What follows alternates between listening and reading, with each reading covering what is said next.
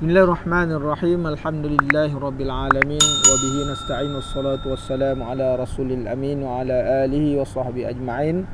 Amma ba', Alhamdulillah bertemu lagi dalam program Tazkirah di laman Facebook ataupun melalui alam maya. Mudah-mudahan ianya memberi manfaat kepada kita yang menghadapi Ramadan yang kini telah berada pada pasah yang ketiga, iaitu daripada bulan Ramadan 10 yang terakhir yang disebut oleh baginda Rasulullah sallallahu alaihi wasallam, wa akhiruhu atqum minan nar. Sidang pendengar yang dirahmati Allah atau sidang penonton yang dirahmati Allah, Rasulullah sallallahu alaihi wasallam menyuruh kepada kita supaya apabila berada pada 10 malam Ramadan yang terakhir untuk mempertingkatkan ibadah seseorang ataupun ibadah kita kepada Allah Subhanahu wa taala. Sebagai buktinya, Rasulullah sallallahu alaihi wasallam telah meminta kepada Sayyidatina Aisyah radhiyallahu anha untuk memohon keampunan pada malam Lailatul Qadar. Jadi ini merupakan satu daripada sunnah Rasulullah sallallahu alaihi wasallam, orang yang pada akhir-akhir Ramadan bersungguh-sungguh di dalam ibadah, puasa, qiyam dan sebagainya, akan lebih mendekatkan diri mereka kepada Lailatul Qadar itu sendiri. Sidang pendengar yang dirahmati Allah, diriwayatkan daripada Abi Hurairah radhiyallahu an bahawa ketika mana Rasulullah sallallahu alaihi wasallam naik ke mimbar, yang mana kita tahu pada asalnya mimbar Rasulullah sallallahu alaihi wasallam mempunyai 3 mata anak tangga. Jadi Rasulullah sallallahu alaihi wasallam berkata amin, amin, amin. Kemudian para sahabat bertanya kepada baginda Rasulullah sallallahu alaihi wasallam, "Ya Rasulullah, sesungguhnya engkau naik ke atas mimbar lalu mengucapkan amin, amin, amin." Maka baginda pun menjawab, "Jibril telah mendatangi aku dan mengatakan, sesiapa yang telah datang kepadanya bulan Ramadan kemudian dia tidak mendapat keampunan, maka Allah Ta'ala akan memasukkannya ke dalam api neraka. Semoga Allah menjauhkannya." Maka aku pun berkata amin. Kemudian aku berkata amin. Maka berkatalah malaikat Jibril amin. Kemudian Rasulullah mengatakan amin. Dan naik kepada tangga yang kedua, malaikat Jibril berkata, dan sesiapa yang masih mempunyai ibu bapa atau salah seorangnya di antara keduanya dan tidak dapat berbuat baik kepada mereka, kemudian dia meninggal dunia, maka Allah Ta'ala akan memasukkannya ke dalam api neraka. Sesungguhnya semoga Allah menjauhkannya. Maka katakanlah amin. Maka aku pun berkata amin. Dan sesiapa lalu naik kepada tangga yang ketiga, malaikat Jibril berkata, sesiapa yang mendengar namaku, mendengar nama Rasulullah sallallahu alaihi wasallam disebutkan dan dia tidak berselawat ke atasku lalu meninggal dunia, maka Allah Ta'ala akan memasukkannya ke dalam api neraka. Semoga Allah menjauhkannya. Maka katakanlah amin. Maka aku berkata amin. Hadis diriwayatkan oleh Ibnu Hibban. Justru itu sidang pendengar yang dirahmati Allah, hadis ini menjadi pencetus dan menggetarkan hati kita bahawa Allah Subhanahu wa taala telah menjanjikan balasan neraka bagi sesiapa yang menyia-nyiakan peluang berada di dalam bulan Ramadan dan ketika datangnya atau hadirnya Ramadan kepada diri mereka. Bukanlah maknanya istighfar dan taubat menjadi sebaik-baik jalan kembali kepada kita kepada Allah Subhanahu wa taala. Jadi dengan sebab itu janganlah kita dihancurkan oleh kelalaian di dalam bulan Ramadan dengan perkara-perkara yang tidak memberikan faedah. Dan telah berkata Al-Hasan, banyaklah memohon ampun kepada Allah Subhanahu wa taala bila kamu kerana kamu tidak mengetahui bila turunnya rahmat daripada Allah Subhanahu wa taala.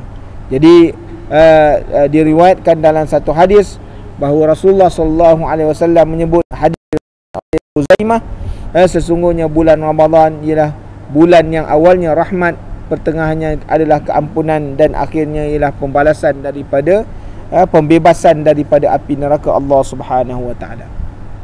Sidang jemaah atau sidang pendengar yang dirahmati Allah, perkara yang perlu kita ambil ingatan ialah apabila kita berada ataupun berada di dalam akhir Ramadan ataupun 10 yang terakhir daripada Ramadan, maka bagaimana sikap kita sebagai orang yang berpuasa, sebagai orang mukmin dan mukminah, sama ada yang lelaki atau perempuan, tua ataupun muda, bagaimana keadaan kita menghadapi 10 terakhir daripada Ramadan.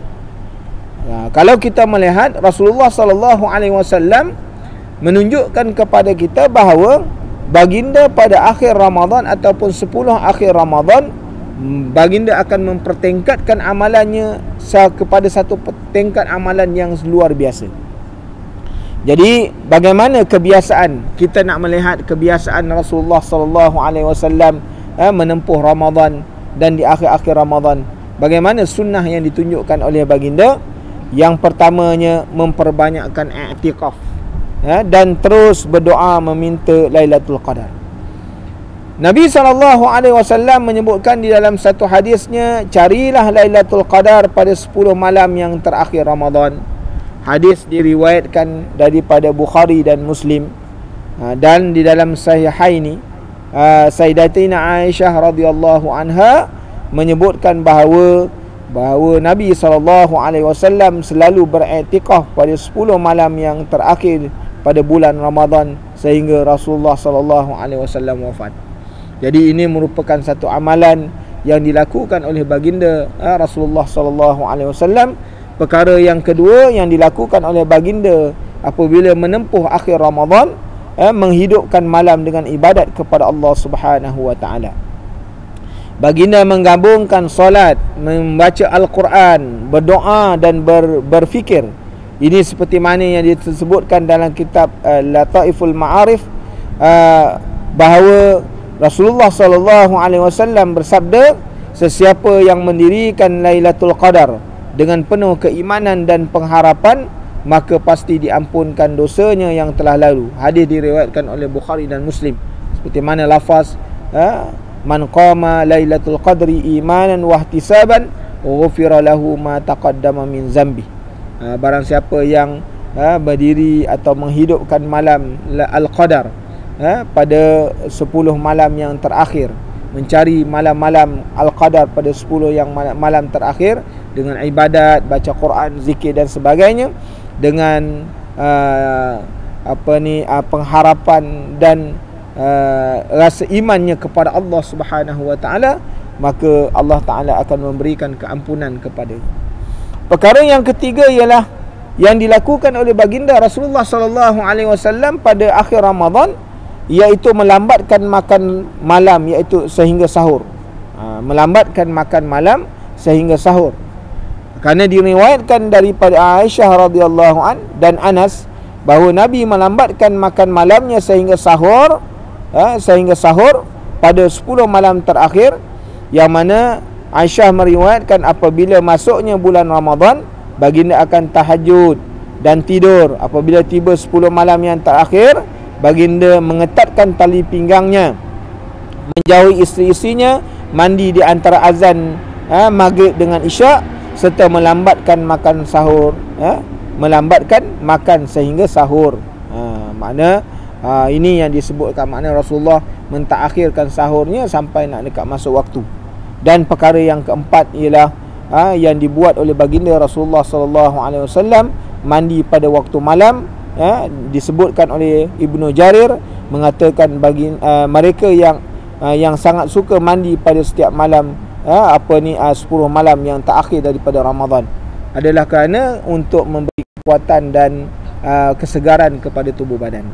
Jadi dengan sebab itu ada 6 sunnah Nabi SAW yang kita seharusnya dan sebaiknya kita lakukan menjelang 10 malam yang terakhir, iaitu yang pertama memperbanyakkan solat sunat, terutamanya solat tarawih, solat witir, solat tahajud, solat tasbih, solat taubat dan solat-solat yang lain.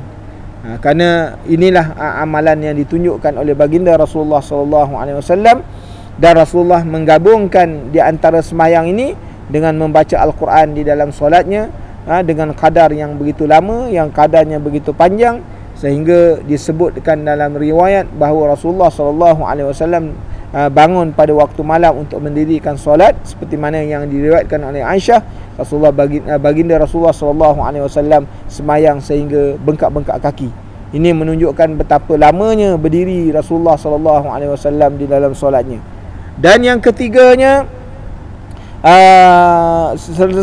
iaitu zikrullah, memperbanyakkan zikir, seperti mana ucapan tasbih, tahmid, taqdis dan tahlil, dan memperbanyakkan istighfar, membanyakkan istighfar kepada Allah Subhanahu Wa Taala, dan membanyakkan meminta keampunan daripada Allah Subhanahu Wa Taala. Maka satu daripada doa yang diajar oleh baginda Rasulullah sallallahu alaihi wasallam kepada Aisyah, Allahumma innaka afuwun karimun tuhibbul afwa fa'fu anni. Dan yang keenamnya ialah beriktikaf. Jadi mudah-mudahan kita dapat menggabungkan semua daripada sunnah-sunnah Rasulullah sallallahu alaihi wasallam ini pada 10 malam yang terakhir.